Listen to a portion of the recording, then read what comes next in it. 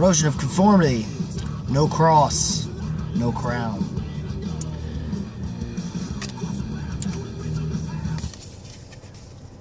The 10th, I think, full-length studio album? Enough to make a Random Rock Countdown, which I may change the name to Random Rankings. I'm still debating on that. May bring that back. Who knows? But yes. Good. It's good. It's good. But, you know. I've been meaning to want to talk about this band for a while. It's been... Let's see. I don't know, maybe... They've been around since pretty well the 80s. Eye for an Eye, and Animosity, though, and they've had many lineup changes. But the most noted is that of the Deliverance lineup, and honestly their best album, even though people will fight me and say, no, it's Wise Blood. I have yet to grow like Wise Blood grow on me, as opposed to, say, Deliverance has. But we all agree the 90s stuff, and even Blind, was pretty well some of their best work. And they weren't able to capture that fully since. And most people will tell you that this album, and even Pepper King himself will say this is somewhat going back more towards Deliverance, Wise Blood, and okay, you almost have me convinced. And then he says, Eyes of God.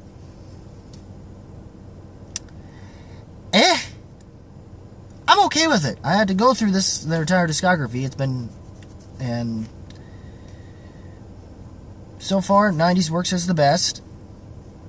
And I'm going to just tell you this right now. This album is good. It's good. Oddly enough, I surprisingly wound up liking the last couple of albums, more specifically 9.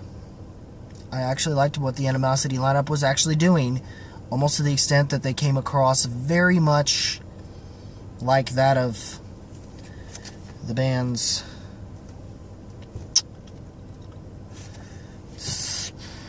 if I could think of it here, more so or less closer to Deliverance compared to what this album actually does, which you'd think would be something else, but given that his mentioning of Wise Blood and stuff, it's really more like they left off from In the Eyes of God, or In the Arms of God, was it? Yeah, I think it might be that. In the Arms of God. I don't know why I said In the Eyes of God. But anyway, forgive me for any long-term COC fans. But yeah, once Pepper had joined the band amongst Blind, things started to get a little bit better. The scene started to go more into a sludgier, even more groove syncopated territory, and even to the point where eventually they started to dabble more into like more psychedelic stoner stuff via Deliverance, when they were more stoner sludge, still maintaining some of the groove syncopation tendencies of Blind. The follow-up record is where they got rid of most of that and they were full-blown more southern sludge. I mean, the history is more, they went from hardcore punk to crossover thrash to a more a blues-tingent groove metal type of crossover thrash with some hints of southern, potentially getting into the southern sludge sound that they would eventually, or flourishes of that would eventually become fully manifested via that of Deliverance and so on and so forth. Eventually, Pepper Keenan decided to leave and make his time with Down full-time, which didn't exactly go over as well, given that Down 4 technically wound up just being 2 EPs. And they really left a lot to be desired. And the real question is, given what left off from last album with 9, I was kind of wanting to look forward to Pepper coming back and, whatever happened with that, Pepper bringing some of his flair to what they were doing, and I would have loved to have seen that more. The real question is, do they do that? Do they do more of that? Well, no. Of course, like Pepper had said in Loudwire, on an article or an interview in Loudwire, he had mentioned he was going to try to go more for the 90s stuff, and, well, what he did, where he left off when he was in the band, studio album-wise, which was In the Arms of God. And I definitely hear, like, they leave off from there with maybe flourishes of what Deliverance and Wise Blood give you. More Wise Blood than Deliverance. but and so on and so forth. But yeah, overall, I mean, most of this is definitely southern punk kind of thing, a southern punk thing with your southern sludge metal, but more in the more punky type of way as opposed to the metal kind of way. Definitely more southern rock with some punky thing. And Cast the First Stone was a good first choice of single. I can understand that. And for the most part, some of these tracks, most of them are intro. Novus Deus is an intro. The No Cross, Martyr's Dam, Sacred Isolation are considered more interludes than anything. And just kind of more, honestly, very much reminiscent in that of Deliverance when it comes to that. Which, that was one thing, I guess. Deliverance, it worked. But after that, with Wise Blood, they proved they didn't have to do that anymore. And they could do certain little tracks musically that could segue, hence from In the Arms of God, or at least the track that led into the final track for In the Arms of God.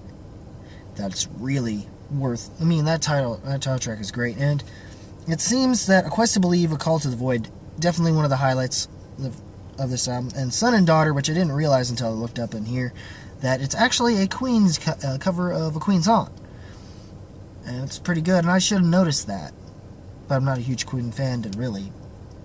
So maybe I guess you can't blame me for not noticing it, like most diehard Queen fans would tell you. And all honesty, upon my first listen, I didn't really get into this album until Little Man came about. And for something about the way it starts off, it just feels more like I'm starting to feel the Deliverance and some of what Wise Blood was by that point. And I just couldn't hear it in the earlier tracks with The Luddite or Cast the First Stone, or even Wolf Named Crow. Eventually I came around to those tracks. And of course, the No Cross thing interlude is really more something that would have went well with the title track, No Cross, No Crown, which for some reason has no lyrics in this thing. I know he's saying stuff, but why don't the hell they not tell me is what blows my mind. But whatever. I blame whoever did your whatever you got going on here, but yes, I really must say I definitely enjoyed most of this. Hell, Custer does get involved. John Custer does get involved in guitars, producer. Some guitars here and there where needed. And I think he's worked with the band before via Deliverance, so that should have been a good enough sign. And I think he might have worked throughout most of the other albums. I've yet to really check through on that besides Deliverance, but yeah, you could definitely tell that for being up in the age, and given you could tell they're definitely aged a bit, and you could tell they're more old farts than anything, but they definitely haven't let up they definitely didn't whatever the other three members of this band, Woody Weatherman, Mike Dean, and Reed Mullen, had done with the past two albums without Pepper Keenan. There's still something there. And Pepper Keenan does try to add something, but not in the same way as what those three were doing, which was definitely more closer to their roots in the hardcore punk and crossover thrash era of stuff.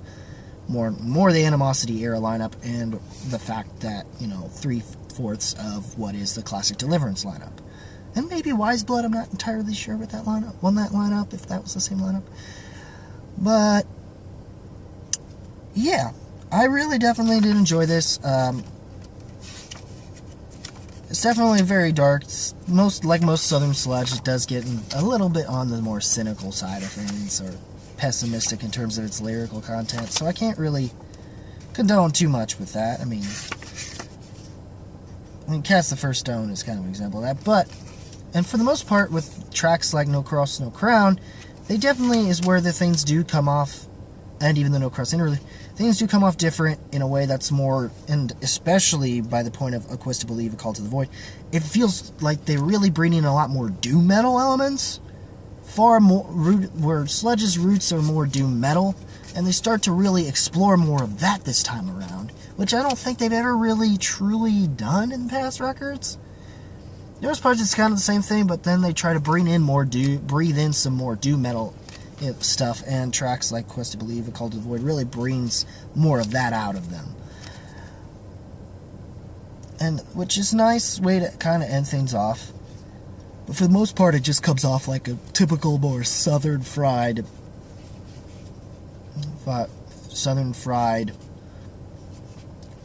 sludge metal with more punk southern fried rock, with a punk rock music with through a punk filter, grinded through a punk filter,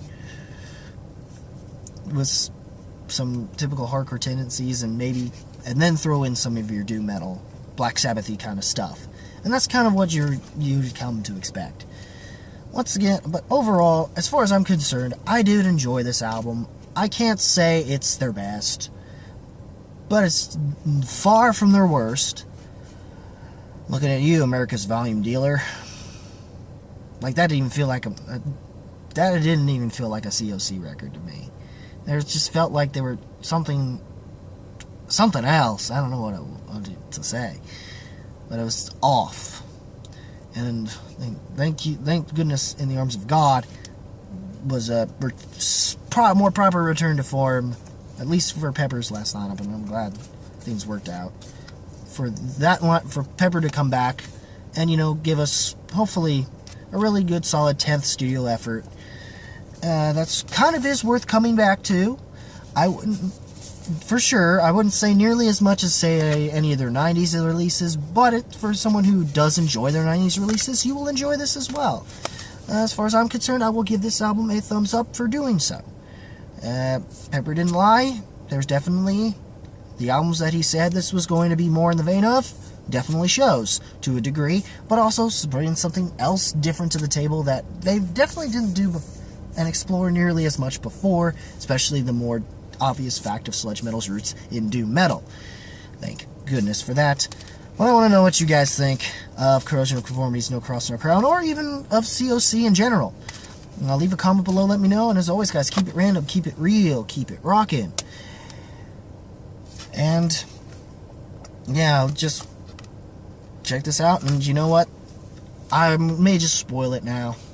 I'm thinking I might make my first album classic that I was hoping to do earlier, but I wanted to kind of let you know I did check this out, and that was the Deliverance album. However, I gotta wait till I get it back from somebody that I let borrow it.